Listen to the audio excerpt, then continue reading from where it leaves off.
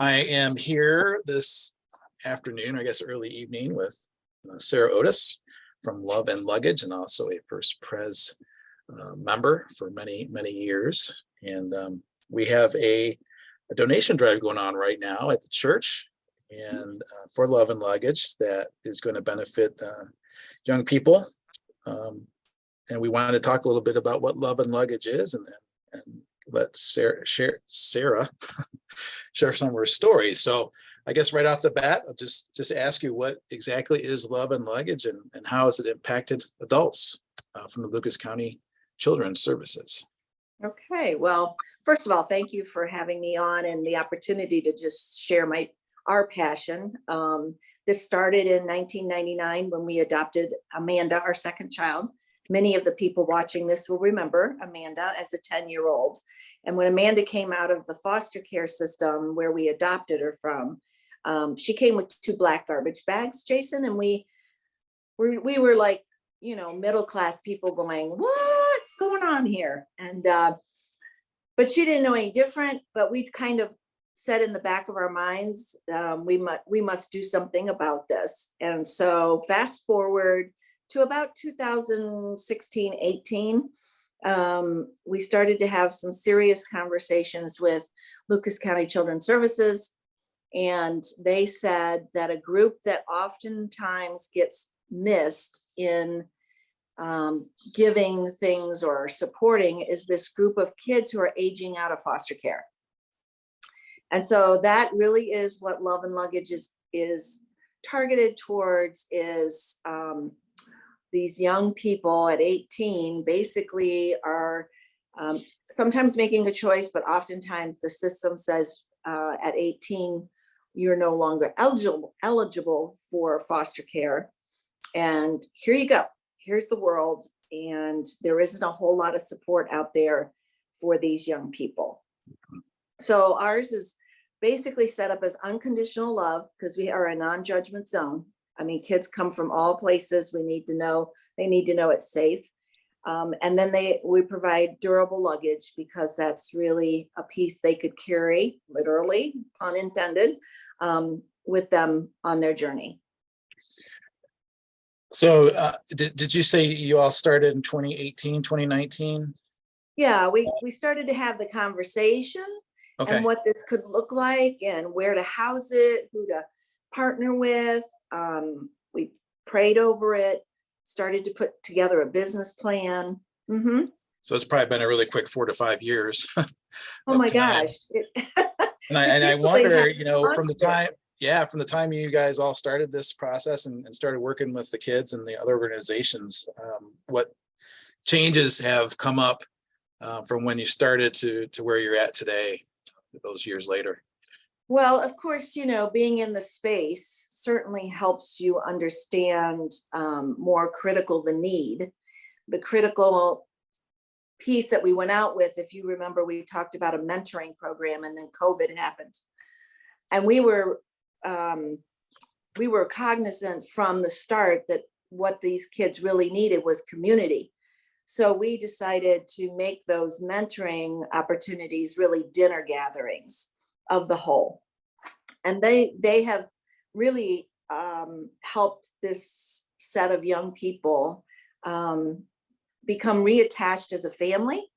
They look forward to having these gatherings every 6 to 8 weeks. They have embraced each other in family ways, and also made new friendships, because many of them have walked the same path, right? They've all been in foster care or group homes together, and so their language is the same. So out of the mentoring piece, we really have switched to sort of an organic gathering of support, and it becomes not a direct mentoring, but boy, there's a lot of adults who have come around certain kids and have elevated them, or just had conversation, or just had dinner with them to say, how's it going? What can we connect you with? So those sort of things. With all those relationships being built, and you've worked in the work you've been doing over that time, where do you think you've seen God's hand revealed, God's work revealed through all that? every time I get up in the morning and he says, "You're not done. You're not done." And I think every time we meet with these kids, I see God working in different ways through the adults who are there, the agencies that don't have to be there. They're not getting paid, but they're there because they care about the kids. That is where God is working. And then I think in some of these kids, they're saying, wow, this is a pretty neat place where people come together. I had a whole different thought of what church or God or a relationship might be. I tell the story that on Easter, Disambir, one of our very first graduates, has this flaming red hair. She dresses pretty extravagantly, has found more tattoos than we can count. She calls me at like 9:45 to say, is there Easter service? I'm like, oh my gosh, of course there's Easter service. I'm going to be out in the parking lot waiting for you. And so she has a 2-year-old, Brandon, who we all know. And so she came to Easter service. And so those are sort of the moments that we wanted to make sure happen, not out of force, but because there's a relationship and because of a need, and that they're driving it, that they're coming out of their own sense of purpose. So I think, our church has stepped up, Jason, in many, many ways. So God is there, the prayers that we hear. None of this has been ungodded from the time that we adopted Amanda. We've seen God planting this seed. So what is so important about this particular population of young people that you've seen that you're called to minister to? What's so important about this age group? About this group? Kids? Yeah. Well, they're just so vulnerable. Think about a population that of no fault of their own ended up in foster care, right?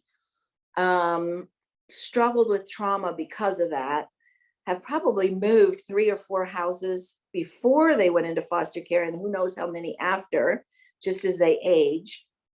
And they were always promised, the end game really is that reunification with the birth parent or whoever is taking care of them. So that's the end game. So the disappointment of not having any of that happen makes it really a challenge for them to trust, to feel elevated, and also to not be scammed.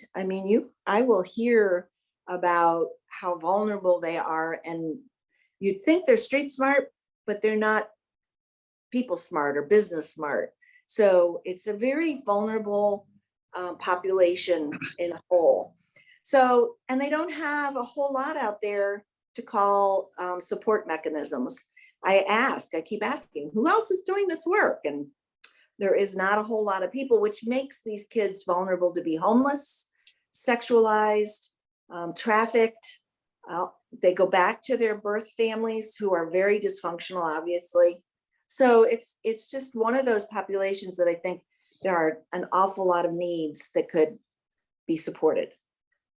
You touched on this one question I had just there at the end of your statement about who else is out there to help, other people and resources. And I remember at the end of the year celebration last year in June, which is coming up again this year, June 8th at our church.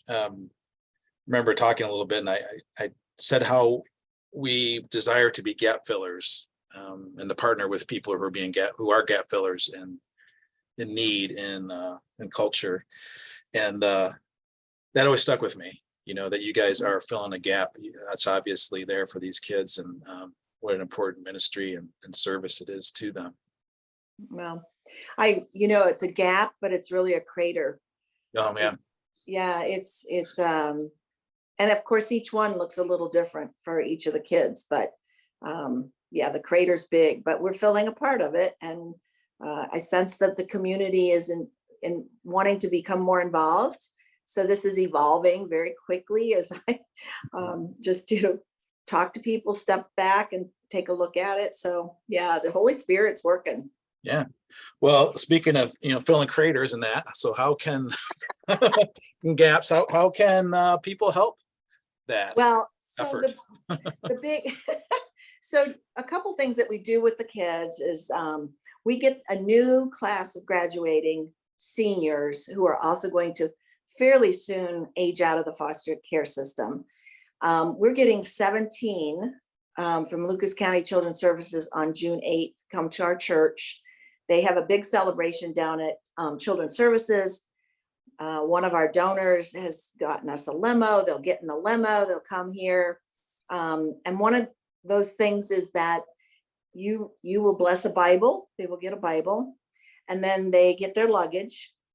And they also then get to kind of shop in a pantry of sorts. We set it up. It doesn't look like a pantry, but it looks like a health fair where you can go pick up toothbrushes and all those sort of things. So our need is to just really have an abundance of the items that are on our Amazon wish list, or people can pick them up at the grocery store and just drop them off in the boxes that we're going to have at church that are labeled. They can make monetary donations so that we can make the purchases. And then what happens is that every time they come back for dinner, we stock our cart and it comes out and they get to take whatever they want out of that cart. So the need really is to keep that pantry full, but even more so, these items like pots and pans and utensils and plungers and clocks and those sort of things on this list that they use to go set up their apartment. Because they'll end up at independent living apartments. Couple go to college, which is great, or apprenticeship schools, but the need to move, they don't have anything really to call their own. So that's the call out.